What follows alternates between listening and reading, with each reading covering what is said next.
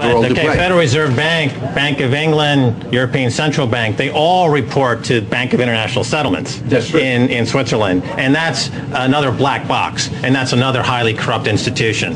And again, they're thriving in the darkness of non-accountability and non-transparency.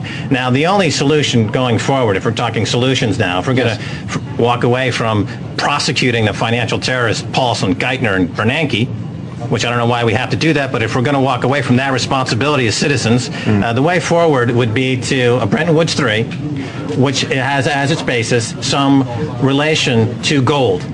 Gold is obviously the only way you're going to create a sound global economy in terms of returning some integrity to a currency.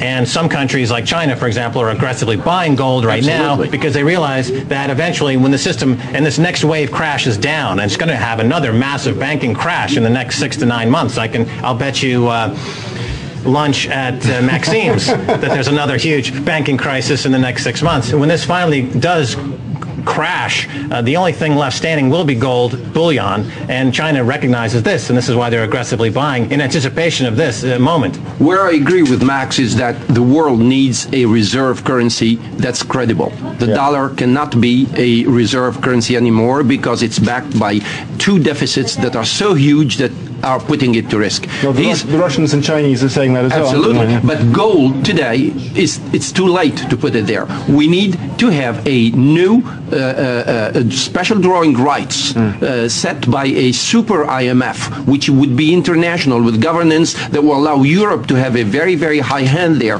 The emerging countries will have a high hand there and will determine the special drawing rights. That means a basket of currencies that will be credible with the dollar, with the euro, with the renminbi, with the yen, and with the main commodities, gold and oil. Gold and oil have to be there. It's not too late for gold. And we should be heading towards this currency. It's not too late for gold. That's like saying it's too late for honesty. It's too late for integrity. It's too late for civilization. Listen, it's not too, special drawing rights and a beefed-up IMF. It's you're just putting the same guys in charge of more of fiat currencies, financial engineering, high-frequency trading, fraud and deception, non-transparency, non-accountability, and financial terrorist crimes. Going back to Goldman Sachs, those bonuses, it does rather suggest that the people running Goldman Sachs are grossly out of tune with the national. No, come on. The bonuses idea and the paradis fiscaux, the fiscal havens idea, is just a way to tell the people, don't worry about the main issues, we'll treat these relatively small issues. The real issue is the financial world linked to the real economic world.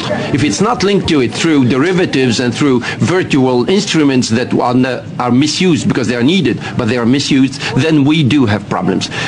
Don't forget that Goldman Sachs made about 3.5 billion profits. So the shareholders are benefiting from this. They were given 3.5 billion from taxpayers in America. Call it a profit?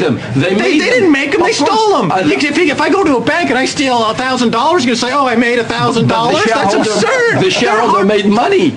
The shareholders are complicit. You know, if Goldman Sachs took Auschwitz public, they would sell shares to their friends and family and say, this concentration camp's a great business. Would you support Auschwitz concentration camps because Goldman Sachs took it public?